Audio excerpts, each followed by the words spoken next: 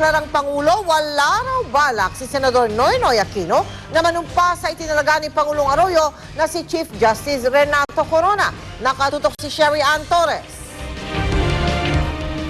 Minsan ang sinabi ni Senador Noynoy Aquino na hindi niya kikilalanin ang itatalagang susunod na Chief Justice ni Pangulong Arroyo. Sa mga maestrado po natin, again, with all due respect, ito ba mahaharap na yung mga apo niyo at masasabi niyo proud kayo sa desisyon ginawa niyo?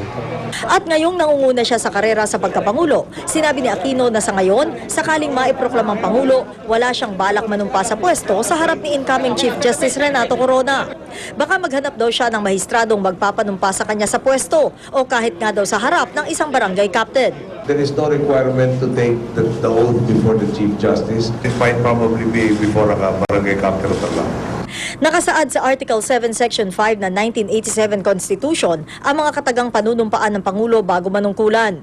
Pero hindi nakasaad kung sino ang dapat magpapanumpa sa kanya. I am not aware of any constitutional provision which compels him or requires him to take his oath before the Chief Justice. Ang ina ni Aquino na si dating Pangulong Cory Aquino noong 1986 EDSA Revolution nanumpa hindi sa harap ng nooy Chief Justice Ramon Aquino, kundi kay Associate Justice Claudio Tihanqui Sr. Pero ang mga sumunod na Pangulo sa punong mahistrado na nanumpa.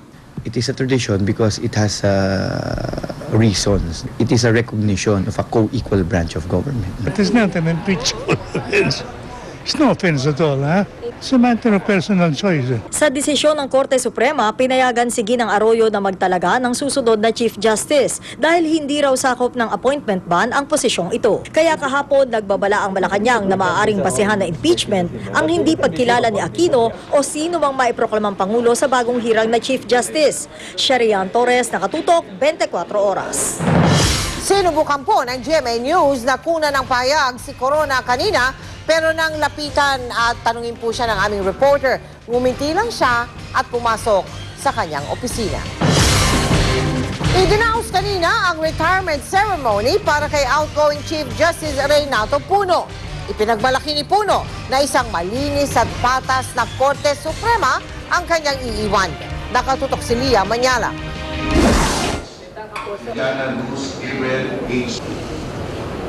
Kumpleto ang pamilya ni Chief Justice Renato Puno sa retirement ceremony niya ngayon sa Korte Suprema. Nandoon si dating Pangulong Fidel Ramos at dumalo rin ang mga naging Chief Justice na sina Andres Narvasa, Hilario Davide at Artemio Panganiban. Sabi ni Chief Justice Puno, isang impartial at malinis na Korte Suprema raw ang iiwan niya. I wish you would not call it the Puno Court, but the People's Court.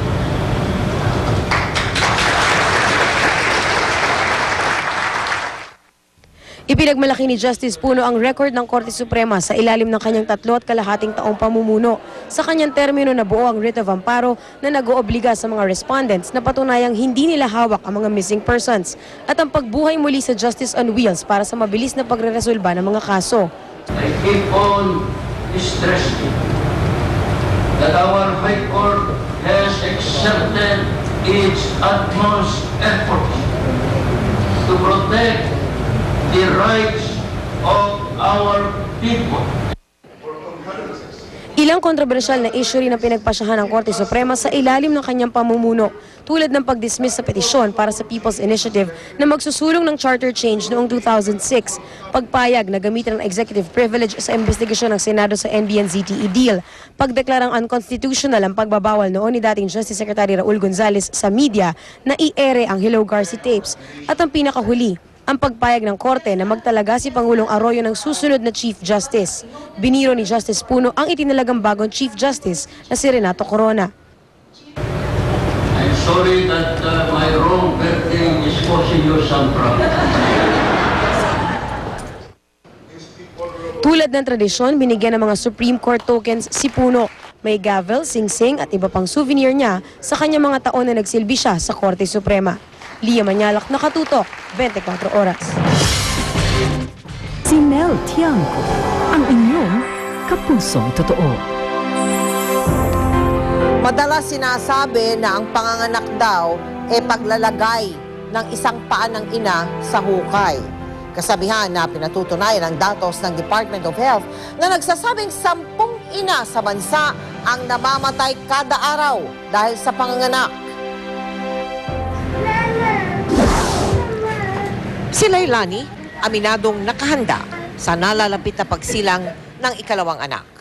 Bukod sa buwanang prenatal check-up, napagdesisyonan na rin niya kung saang ospital manganganak.